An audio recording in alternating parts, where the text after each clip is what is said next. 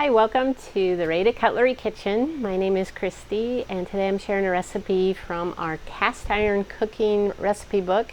It's cooking in cast iron on the inside or the out. You can cook it in the oven, on the stove top, or over a campfire. So it's a really neat book. It's got main dishes, desserts, side dishes. It has directions for both indoor cooking and outdoor cooking. And today I'm going to make a barbecued beef brisket. Brisket's kind of a popular meat now, but for this you'll need a 3-pound brisket. Now you can trim a lot of the fat off. You don't need a lot of fat, but you do want to keep about a 1/4 inch. And do you cook it with the fat up or down? You want to cook it with the fat side down. That serves as a cap to prevent that heat coming up and drying out the meat. But I like to just take this Rada carver boner. It's a nice flexible knife, very sharp. You can just easily trim that fat away. And this knife is razor sharp, easily cuts through meats and fats like this. It's flexible, it'll carve around bones. All right, we're gonna set that aside. And then you'll need 2 to 3 chopped onions. Doesn't matter what kind. Whatever you prefer. Now if you have a big chopping job like this Rada French Chef, it's super sharp. I handle this big job and one easy chop.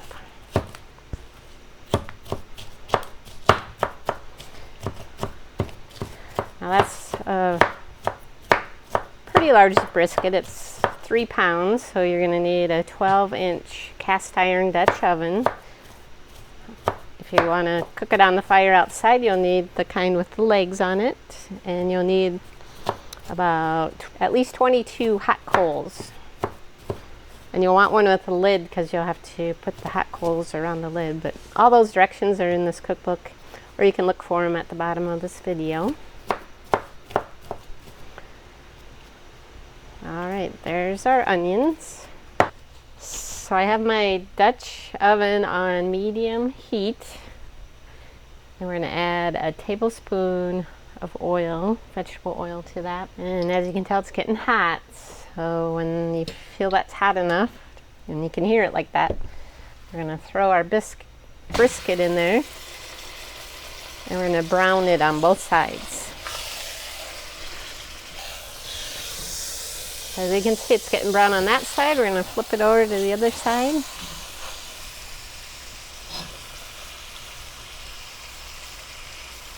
Now we're going to push that aside now that we have it nicely browned, and we're going to put our onions in there to saute. I kind of want to get them to touch that metal.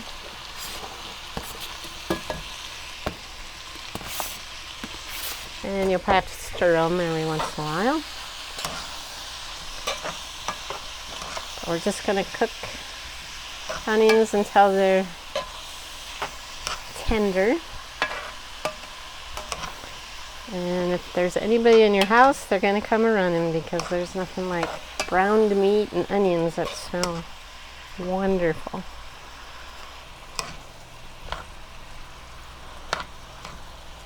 So our onions are nice and tender.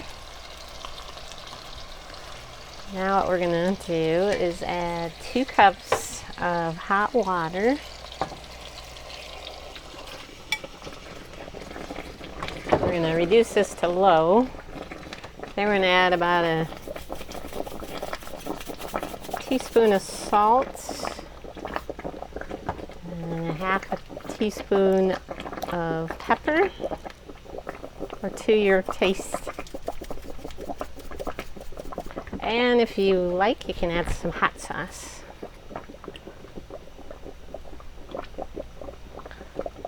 Now we're going to cover this, and we're going to simmer it on low for 1 hour. Now for our barbecue sauce, in a small bowl, we're going to take a half a cup of ketchup,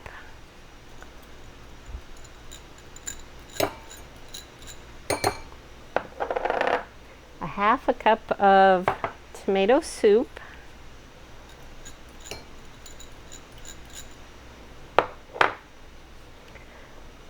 a tablespoon of lemon juice, a tablespoon of brown sugar, and we're just going to mix this well.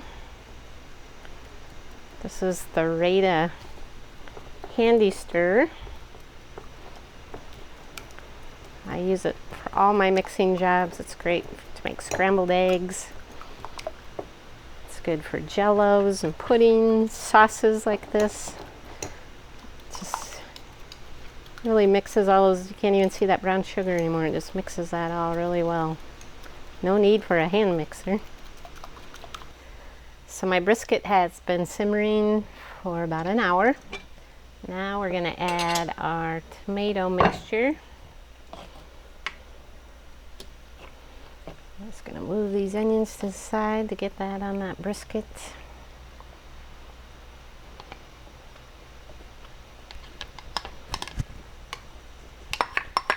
Now you're going to cover this again and continue cooking it on low for about an hour and